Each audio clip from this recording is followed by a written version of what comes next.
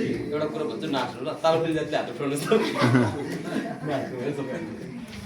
हामी कोही बानी साह्रै नराम्रो हुन्छ क्या है अब कपाल पलाइसकेपछि झरेपछि के गर्नु यसो मिलेर कपालै हुँदैन क्या यो चाहिँ जोक्स हो है हामी हाँस्नको लागि चाहिँ शान्तिले जोक्सहरू हो दारी काट्ने बेला भन्छ मेरो तपाईँलाई भने खोइ रोमी 1 अध्यायको 16 र 17 पदलाई हामी हेर्दैछौँ किनकि म ख्रिस्टको सुसमाचारसँग लजाउँदिनँ किनकि विश्वास गर्ने हरेकको लागि पहिले यहुदीका लागि र ग्रिकका लागि पनि मुक्तिको निम्ति यो परमेश्वरको सामर्थ्य हो किनकि यसैमा विश्वासदेखि विश्वाससम्म परमेश्वरको धार्मिकता प्रकट भएको छ जसरी लेखिएको छ धर्मीजन विश्वासद्वारा जिउनेछ आमेन कतिजना सुसमाचार प्रचार गर्न लजाउनुहुन्छ म त भर्खर नयाँ विश्वासी हो मलाई त सुसमाचारै आउँदैन है मलाई तर अलि अल्छी लाग्छ सुसमाचार प्रचार गर्न बाइबलले के भन्छ भने सुसमाचार प्रचार गर्नु चाहिँ के हो परमेश्वरको सामर्थ्य हो है सामर्थ्यवान बन्न चाहनुहुन्छ भने जतिसक्दो सुसमाचार प्रचार गर्नुहोस् पावलले भन्छ म सुसमाचारसँग के गर्दिनँ लजाउँदिनँ हुनसक्छ म बुढो हुनसक्छु मतलब कमजोर हुनसक्छु होइन तर मैले सुसमाचार जस्तो अवस्थामा पनि सुनाउन सक्छु त्यसको लागि मैले पिएचडी गरेर राख्नु पर्दैन सुन्दै हुनुहुन्छ सामरी स्त्रीले कति पढाएको थियो एउटा गाउँले त्यहाँनिर यसु ख्रिस्टलाई पछ्यायो उसले भर्खर यसु ख्रिस्ट विषयमा सुनेको छ भर्खरै ऊ गाउँतिर गएको छ भर्खर एक गाउँले पुरै यसु ख्रिस्टलाई पछ्याउनु थालिसक्यो होइन असम्भव केही पनि छैन एकजना व्यक्ति देख्न नसक्ने थिए जब ऊ यसु ख्रिस्ट उसको अगाडि आउनुभयो के चाहन्छ होला उसले देख्न चाहन्छ उसले त्यहाँ सुसमाचार प्रचार गर्छ होइन अर्को व्यक्ति हामी एउटा 9 अध्यायमा हामी देख्छौँ जन्मदेखिको दृष्टिविहीन व्यक्तिलाई हामी देख्छौँ होइन उनले यसु ख्रिस्टलाई जब थाहा पाएँ उनले यीशु ख्रिस्टलाई विश्वास गरेँ उसले म त देख्दिनँ थिएँ अहिले म देख्छु त्यही हो मैले थाहा पाएको उसले यीशु ख्रिस्टको विषयमा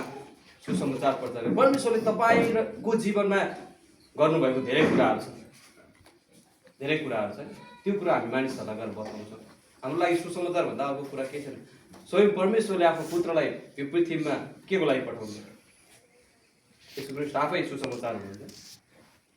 अनि धेरै मानिसहरूले विभिन्न कुराहरू गर्छन् हामी भन्छौँ यीशु ख्रिस्ट पवित्र हुनुहुन्छ हामी भन्छौँ यीशु ख्रिस्ट धर्मी हुनुहुन्छ यहाँनिर एउटा चाहिँ सुसमाचार छ अनि अर्को धर्मी जन चाहिँ विश्वासद्वारा जिउँछ धर्मीको यीशु ख्रिस्ट धर्मी हुनुहुन्छ यूहन्ना 2 अध्याय 1 पद उहाँ सारा संसारको निम्ति प्रायश्चित हुनुहुन्छ उहाँ चाहिँ धर्मी यीशु ख्रिस्ट हुनुहुन्छ परमेश्वर आफै धर्मी हुनुहुन्छ रोमी 3 अध्यायको 26 पद अब हामी धर्मी छौँ रोमी 3 अध्यायको 26 पदले हुन्छ परमेश्वर आफै धर्मी हुनुहुन्छ र जसले यीशु ख्रिस्टलाई विश्वास गर्छ उसलाई उहाँले धर्मी तुल्याउनु लाग्छ तपाईँ हामी चाहिँ धर्मी मानिस हो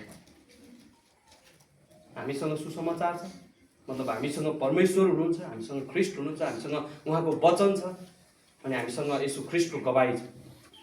अनि हामी लजाउँदैन किनभने हामी दैनिक जीवनमा विश्वासद्वारा जिउने मानिसहरू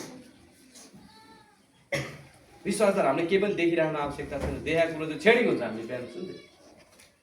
जे देखिँदैन त्यो चाहिँ अनन्तको कुरा छ जे देखिन्छ त्यो छेडी सकिहाल्छ हामीले देख्यो भने हातमा राख्दै बिलाउँछ छैन गइहाल्छ त्यो सकिहाल्छ अनि संसारको कुराहरू चाहिँ हामीसँग छेडिक छ तर उहाँको वचन चाहिँ के छ अनन्त छ अनि हामीसँग भएको विश्वास जुन परमेश्वरले दिनुभएको विश्वास छ यसो ख्रिस्टमाथिको विश्वास छ त्यो विश्वास चाहिँ के हो सधैँभरि रहिरहन्छ जसको निम्ति हामी जन्मेका मानिसहरू जुन विश्वासद्वारा हामी परमेश्वरबाट जन्मेका हामी परमेश्वरका छोराछोरी अनि हामीसँग चाहिँ के छ सुसमाचार छ हामीसँग के छ सामर्थ्य छ हामी केद्वारा जिउँछौँ हामी विश्वासद्वारा जिउँछौँ मतलब हामी परमेश्वरको वचनद्वारा जिउँछौँ जुन वचन सुन्नलाई हामी यस ठाउँमा छौँ मानिस रोटीले मात्र होइन तर परमेश्वरको मुखबाट निक्लेको हरेक वचनले जीवित रहन्छ आमेन त्यहाँ खुसी छ त्यहाँ आनन्द छ त्यो अनन्तसम्म रहिरहने कुरा त्यही भएर आज हामी यहाँ छौँ आमेन हुन्छ उहाँलाई हामी ताली बजाएर स्वागत गरेको धन्यवाद होइन सुसमाचारसित म लजाउँदिनँ जसरी पावलले भनेका थिए